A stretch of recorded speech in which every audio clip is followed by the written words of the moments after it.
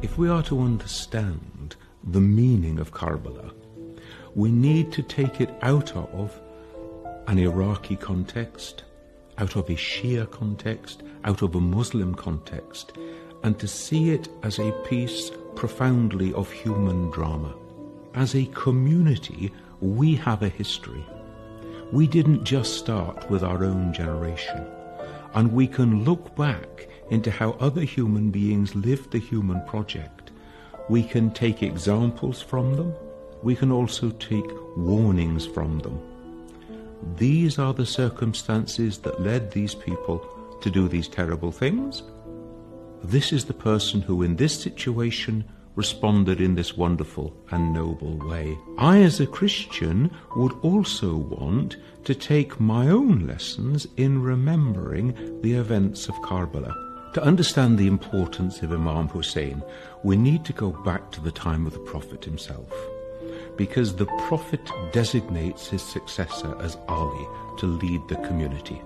And so we start to establish a principle of God deciding who should be the leader of the community.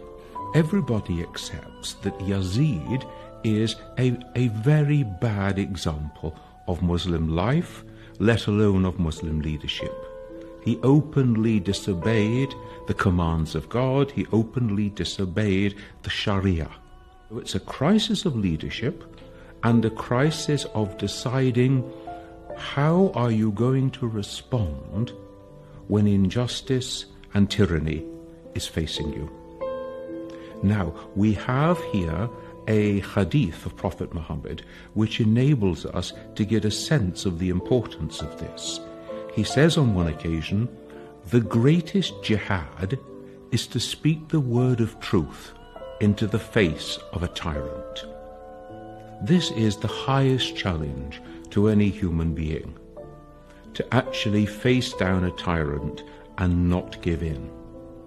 So this is what's going on in the mind of Hussein in Medina with his community, and he knows that in a very short period of time he is going to be faced with the demand to make an oath of allegiance to Yazid, who he knows to be a totally unworthy person to lead the community. Something dramatic has happened in the Muslim community at this stage. We're not even yet 50 years after the death of the Prophet, and we are about to see the Prophet's own grandson being massacred. The night before the battle, Imam Hussein gathers together his people and says to them, look, tomorrow we're going to be attacked. Please, it's me they want. Go away, leave. And they respond, we won't go, we will stay, we will die with you. And now we see another huge human dimension of the question. What do you do if you are the supporter of an upright, honest, just person who is facing injustice? Do you stand with him, even at the cost of your own life? Or do you run to save yourself? Hussein dies in the desert. His followers are killed with him. These are, in the terms of the world, pretty insignificant acorns. And yet it reminds us that God's acorns grow into mighty oak trees. Because here we are 2,000 years after the time of Jesus, 1,400 years after the time of Hussein, and we remember them, and they are examples to us still, and their names live on in the lives of their followers in ways that they could not possibly have imagined.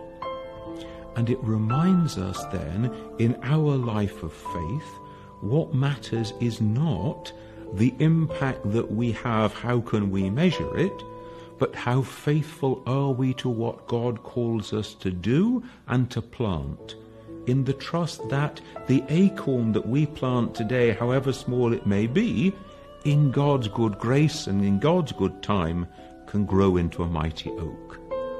This is the life of faith. We do not ask to see results now.